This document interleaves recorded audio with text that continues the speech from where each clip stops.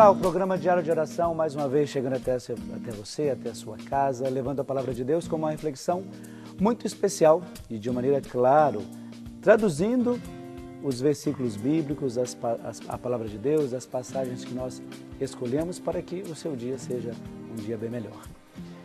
E hoje não poderia ser diferente, tratando da questão vocacional, ter mais um trecho do livro de Ezequiel.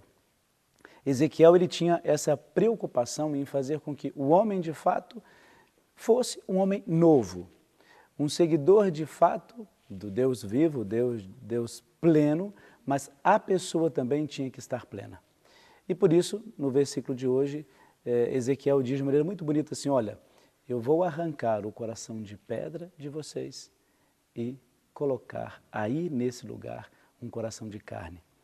Lembrando de uma maneira muito intensa e interessante a vontade de Deus em mudar o ser humano naquilo que precisava ser mudado.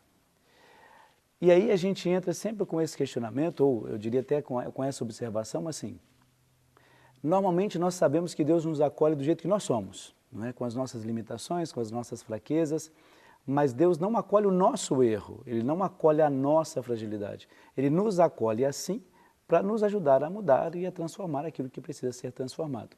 E quando Ezequiel apresenta esse pequeno trecho dentro, claro, de um texto muito maior, ele está dizendo assim, olha, a gente não precisa fazer apenas uma mudança de coração, de pedra para carne, mas é o Espírito quem tem que mudar sobre esse coração que será mudado de lugar.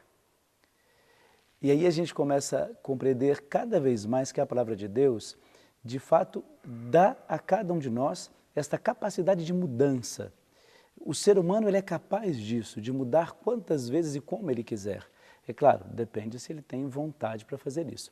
Mas nós temos esse potencial, essa capacidade de mudança, de adaptação e tudo mais, tudo aquilo que você já bem sabe. Mas Ezequiel, ele aprofunda essa questão vocacional dizendo assim, olha, o coração tem que ser novo, mas o Espírito que está e que move esse coração também precisa ser novo. Não adianta nada tirar o coração de pedra, colocar o coração de carne, mas os sentimentos são os mesmos, não muda.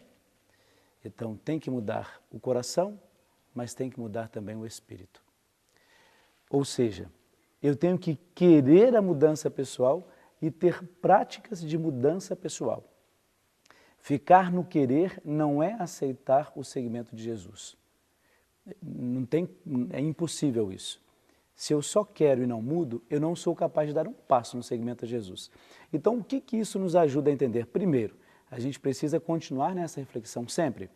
O meu trabalho, as coisas que eu faço como seguidor de Jesus Cristo, né? Seja na paróquia, onde quer que você atue. Essa é a primeira reflexão. Segunda reflexão, de que nós somos, de fato, seguidores de Jesus.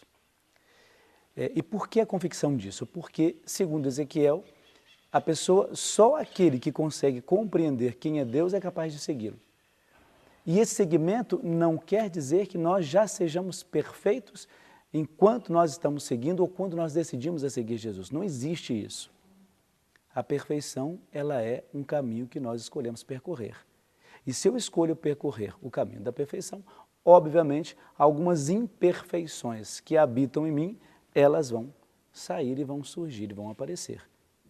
E aí é que está a questão do seguimento, a questão vocacional. É quando nós, buscando a perfeição, vamos podando, eliminando as imperfeições que nós temos. Isso porque, quando você decide seguir a Jesus Cristo, em qualquer circunstância da sua vida, você vai aprender buscar a perfeição, em primeiro lugar, mas vai aprender mais ainda a cortar na própria carne, ou seja, olhar as próprias limitações e enxergá-las com lente de aumento para você poder mudar uma atitude sobre elas ou tirá-las da sua vida de uma vez por todas. Então, por isso que hoje, quando a gente reflete sobre Ezequiel, a gente não reflete apenas sobre um coração que é mudado, de pedra para o de carne, mas nós refletimos sobre as pessoas que têm a vontade de continuar no seguimento. Isso porque o seguimento acaba nos trazendo, certamente, a nossa liberdade diante de Deus. E essa liberdade que todo mundo almeja, que eu almejo, você e todos nós. Então, por isso, hoje, é muito importante a gente tomar essa reflexão como ponto base da nossa fé. Se eu tenho a predisposição para o seguimento, é sinal de que esse coração de pedra já foi tirado. Deus já fez esse processo na minha vida.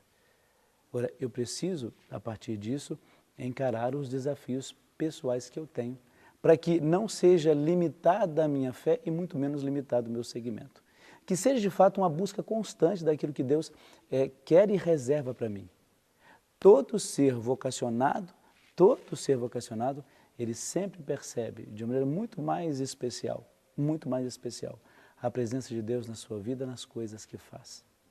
Por isso, hoje, de uma maneira especial, pense nisso, avalie bastante isso. É o coração de Deus que quer transformar o seu coração. E vale a pena quando a gente opta e decide por isso. Você fica então agora com a nossa oração pelas vocações, de maneira muitíssimo especial, pelas vocações sacerdotais, religiosas e, claro, de todos os leigos e leigas da nossa igreja. Deus, nosso Pai, a Ti confiamos os jovens e as jovens do mundo com os seus problemas, aspirações e esperanças.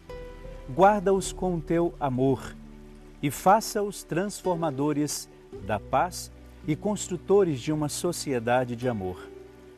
Chame-os a seguir Jesus, Teu Filho, que eles compreendam que vale a pena doar inteiramente a vida por Ti e pela humanidade. Concede-lhes generosidade e prontidão na resposta.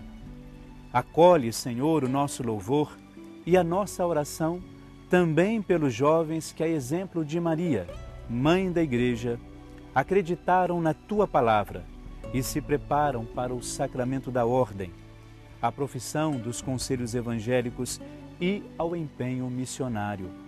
Ajude-os a compreenderem que o chamado que Tu deste a eles é sempre atual e urgente. Amém.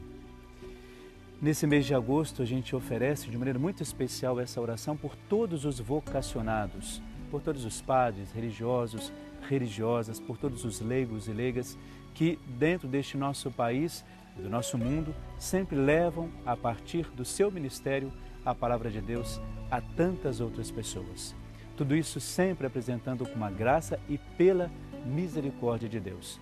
Por isso, de maneira muito especial, cada uma dessas realidades receberá esta bênção, que deve ajudar, animar, motivar e fortalecer sempre o seu ministério, dentro ou fora da igreja. O importante é que, a partir dessas vocações, vocês vivam plenamente o amor e a misericórdia de Deus.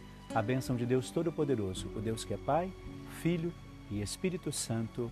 Amém.